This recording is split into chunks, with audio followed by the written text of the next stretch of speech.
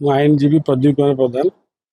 ଗଭର୍ଣ୍ଣମେଣ୍ଟଙ୍କର ନିଷ୍ପତ୍ତି ଅନୁସାରେ ପ୍ରତ୍ୟେକ ବ୍ଲକରେ ଯେଉଁ ଗ୍ରାମ୍ୟ ନ୍ୟାୟାଳୟ ଖୋଲିବାର ନିଷ୍ପତ୍ତି ନେଇଥିଲେ, ତନ୍ମଧ୍ୟରୁ ଆଜି ବାଲେଶ୍ୱର ଜିଲ୍ଲାରେ ଏବଂ ଟାଙ୍ଗୀ ଚୌଦାରେ ଟାଙ୍ଗୀ ବ୍ଲକରେ ଗୋଟେ ନୂତନ ଭାବରେ କରାଗଲା ସିଭିଲ ଜଜ୍ ଜୁନିୟର ଡିଭିଜନ କମ୍ JMFC ଟାଙ୍ଗୀ ଚୌଦାର, ଯେଉଁଠିକି ଟାଙ୍ଗୀ ଥାନା ଏବଂ ଚୌଦାର ଥାନାର ସମସ୍ତ କେସ୍ ରେକର୍ଡ ଏଇଠାରେ ପୁଟଅପ୍ କରାଯିବ ଏବଂ ଏଇଠି ବିଚାର କରାଯିବ।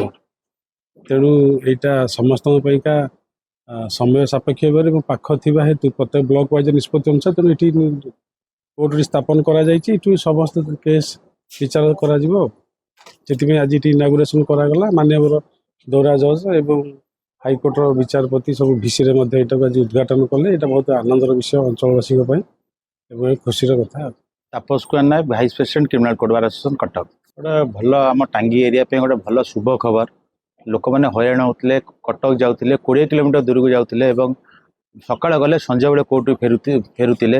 କିନ୍ତୁ ବର୍ତ୍ତମାନ ଯେହେତୁ ସୁପ୍ରିମକୋର୍ଟ ଗାଇଡ୍ ଅନୁସାରେ ସବୁ ବ୍ଲକ ସ୍ତରରେ ହେଲା, ଏଇଟା ଆମ ପ୍ରଥମ ଥର ପାଇଁ କଟକ ଜିଲ୍ଲାର ଗୋଟେ ଭଲ କୋର୍ଟ ହେଇଛି ଏବଂ କୋର୍ଟ ଲୋକ କିପରି ନ୍ୟାୟଟାକୁ ଘର ପାଖରେ ପାଇବେ ସେଥିପାଇଁ ଗୋଟେ ବ୍ୟବସ୍ଥା କରାଯାଇଛି। विशेष करी एटा ग्रामांचल पाखापाखि आदिवासी अध्युषित अंचल अच्छी केमती देखुं लोक सठिक न्याय पाई पाखापाखि आम टांगी चौदार कोर्ट दुईटी थाना को नहीं बर्तमान अच्छी टांगी एवं चौदार को नहीं कराई जे आदिवासी अंचल आम टांगी एरिया चौदार एरिया आदिवासी एरिया रोचे लोक मैंने आसिक पाखे सुविधार आसी टांगी रे पहुंची से न्याय पाई।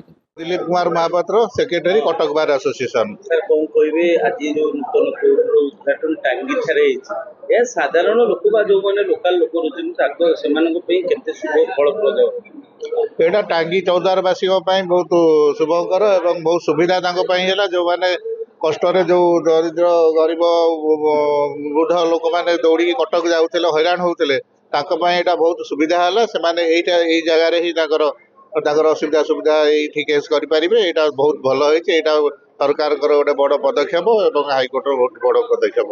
सरकार जो ये नहीं घरे घरे जाई न्याय पालिका पहुंचे सफल हाँ यहाँ बहुत बहुल भाव में सफल सफल चली सरकार योजना बहुत माने लीगल एड तरफ सरकार बहुत मागणा आईन सेवा जोगाई दे सरकार। यहाँ सरकार गोटे बड़ पदक्षेप।